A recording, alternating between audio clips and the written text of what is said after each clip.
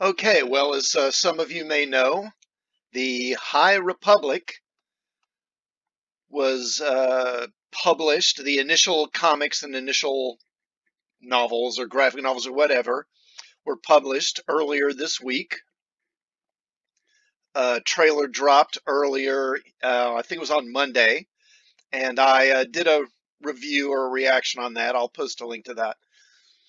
But seems like it's not doing too well. So this is a story from This is Pirates and Princesses blog, and this is a blog that covers Disneyland, Disney World, all things Disney related.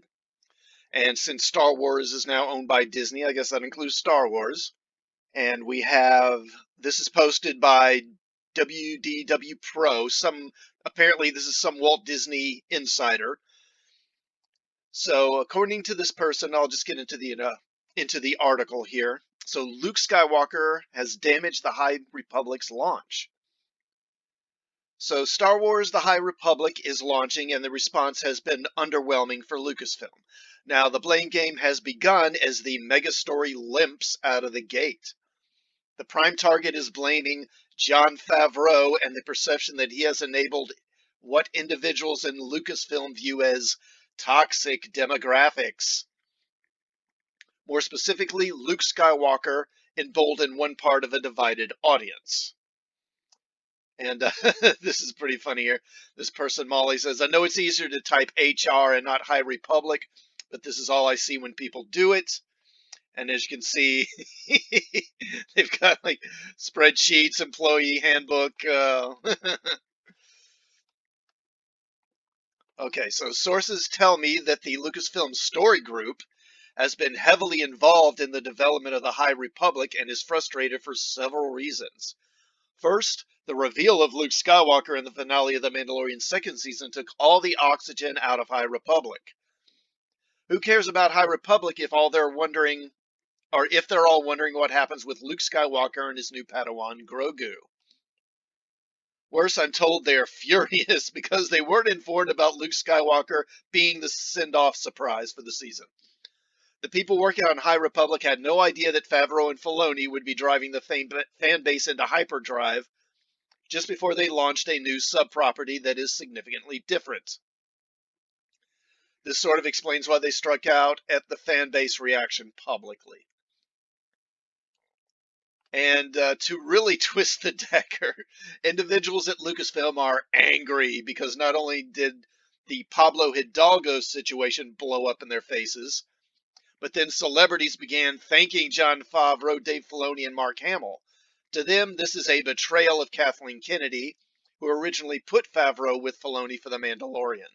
Nobody is thanking KK for The Mandalorian or Luke, and nobody is thanking the story group for anything. Yeah, I wonder why. What all this has done is make a previously whispered about schism turn into a full-blown public display of the two visions at Lucasfilm. Nobody in their right mind can look at the High Republic and the Mandalorian and conclude that those are two sub-properties following the same mission statement under a unified Lucasfilm. And because fans are now picking sides, High Republic seems to be kneecapped by the popularity of The Mandalorian, as well as a fear that High Republic signals a return to sequel trilogy-style Star Wars. The result is that I'm told meetings and discussions are forthcoming about how to manage the public relations situation. People behind High Republic want Jon Favreau and Dave Filoni to speak in a complimentary fashion in regards to Lucasfilm, Kathleen Kennedy, and the High Republic. They feel that in the absence of those kind words, toxic parts of the fandom are now filling the gap. Internal financial projections for High Republic have reportedly tanked since the online trailer was released. Initial reception of Light of the Jedi has been tepid at best. The question now for Disney is which of these two paths forward have the greatest potential. The High Republic already seems limp. The Favreau-Filoni Star Wars universe has tremendous excitement and skyrocketing budgets, at a time when Disney doesn't have budgets for almost anything else. High Republic doesn't sell Disney+. Luke Skywalker, Baby Yoda, The Mandalorian, Ahsoka, Boba Fett, they sell Disney Plus. And despite my strong disdain for Bob Iger due to willingness to chase the Chinese market at any cost, my sources say he's fully behind Jon Favreau. And in all likelihood, that means the Kathleen Kennedy camp for Star Wars direction is going to be more bitter as time goes on. My guess is that the High Republic will crawl along, pulling a Star Wars resistance. PR and marketing will likely convince Favreau and Filoni to put in a good word in some interviews. But the damage is already done. Keeping Luke Skywalker a secret from almost everyone at Lucasfilm has sent a message loud and clear. Favreau is in charge of The Mandalorian and every spin-off series and film that comes from it. And Favreau is in charge of the only Star Wars fans seem to care about. There are no consultations with Lucasfilm needed in the future. He and Filoni are in the driver's seat. Well, well. How about that? So, High Republic is not doing so great. Maybe it's because of this. I mean, this probably isn't helping. Justina Ireland, who is a writer, as you see, for one of the, I think it's one of the YA novels, tells Star Wars fans not to purchase the High Republic. Star Wars High Republic author Justina Ireland took to Twitter to tell Star Wars fans not to purchase the High Republic. This comes after she recently bashed white men. Oh, that's nice. Earlier this week, she took to Twitter where she wrote, I guess mediocre white men are still going to be on here bragging about their mediocrity as though it's a hilarious anecdote instead of pure assholery, so thanks for establishing that baseline early. Her bashing of white men in general came in response to a tweet thread from podcast host John Roderick, where he challenged his 9-year-old daughter to open a can of beans with a can opener. Now, as first reported by Disney Star Wars is dumb, Ireland is telling Star Wars fans not to purchase the High Republic. Ireland responded to a tweet from motherboard writer Gita Jackson. Jackson wrote, content creators, it used to be a common folk wisdom to not share your political beliefs for fear of losing fans. How has the last 4 years changed that? Are you still afraid of losing fans? Ireland responded, stating, the problem is, if you don't like my politics and my beliefs and my moral compass, you aren't going to like my book, so let's just go ahead and save everyone some time. She added in a subsequent tweet, plus there's an Amazon warehouse, a Starbucks on every corner now, and I've had worse jobs, so YOLO. So Ireland's comments might sound familiar. It's the same advice then EA Chief Creative Officer Patrick Soderling gave to fans of Battlefield when promoting Battlefield 5. And I guess this is the one where it was supposed to be a World War II simulation, right? It was set in World War II, but they had females running around the battlefield, and a lot of people cried BS. And so Soderlin then went on to insult Battlefield fans. These are people who are uneducated. They don't understand this is a plausible scenario. And listen, this is a game. Today, gaming is gender diverse like it hasn't been before. There are lots of female people who want to play and male players who want to play as a badass woman. Finally, he suggested that people not buy the game. And we don't take any flack. We stand up for the cause because I think those people who don't understand it, well, you have two choices. Either accept it or don't buy the game. I'm fine with either, or it's just not okay. And then EA would eventually admit that Battlefield 5 tanked and that the company missed their earnings goals because of it. So, that didn't work out. So Star Wars is already in a tough spot as Disney has reported declining merchandise sales following the release of the sequel trilogy films. Solo was also the first ever Star Wars film to be a complete and total failure at the box office. Telling people not to buy your product is a recipe for disaster, et cetera, et cetera. So, and of course, another good example of this would be, I think it was a Kelly Sue DeConnick, I think. DeConnick's Aquaman series got canceled recently. I would just point that out.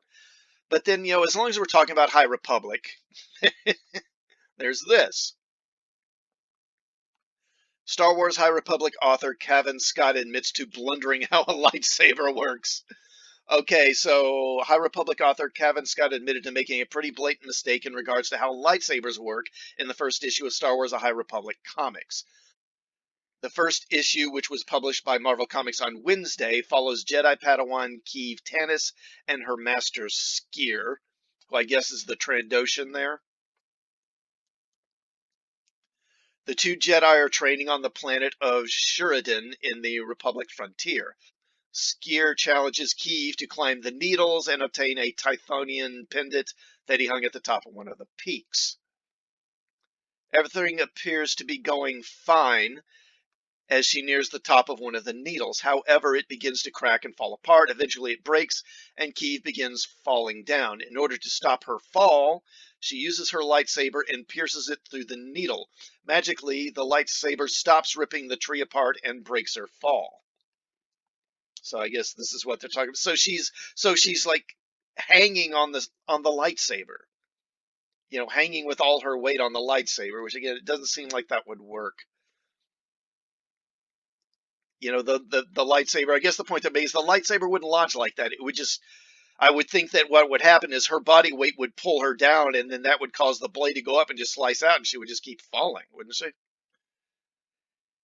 Anyway, if you know anything about lightsabers, this is a huge continuity and lore error. The lightsaber would continue to rip through the needle and would not break or fall or become lodged in it, as lightsabers practically cut through anything. Now, to be fair, Kevin Scott, the writer, did own up and admit the mistake on Twitter, as he said, "Yeah, I'll take that on the chin. If I could go back and do that page again, I suggest she grabs the needle of rock once she's used the saber to slow herself down." So okay, fine.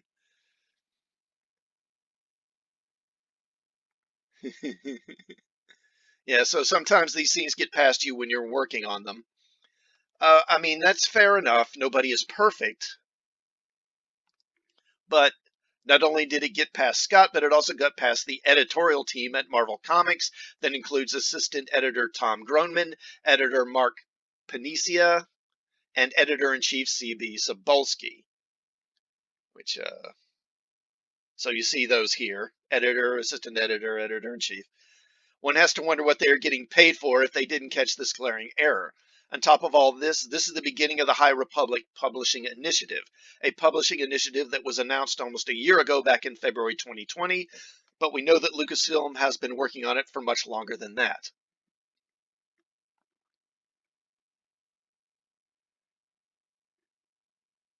In a blog post from April 2019, Scott wrote, "Project Luminous is the code word for the top secret Lucasfilm initiative I've been a part of since last summer."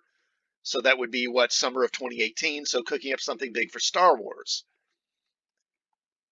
So, I mean, this is something that he at least had been working on. So what, that summer of 2018. So 2019, so 2.5 years. He's been working on this for 2.5 years. So this comic has been in the works for nearly 3 years, and no one was able to catch that error so that it could be changed. It was the actual readers and Star Wars fans who spotted the error. Let that sink in. So yeah, and I've said before, I don't know what editors at Marvel, at comics in general, but Marvel in particular, get paid for anymore. Used to be, as an editor, you would, you would proofread, you would look for spelling and grammatical errors, but being in comics, you would also look for errors in the art, like characters not being drawn properly, and also you would just look at the characterization. How is the character acting? How are they behaving? Because you wanted to inform, you wanted the character that appears, like if Iron Man's in his comic, you want him to seem like he's the same character in Avengers, for example. But there really don't seem to be any people doing that at Marvel anymore. I don't know what Marvel editors get paid for other than to hire their buddies and then pop off on Twitter. But anyway, let me know what you think of this in the comments. And if you will, please hit the like button before you go. Also, please sub to the channel and hit the bell for notifications. And I'll see you all next time. Thanks for watching.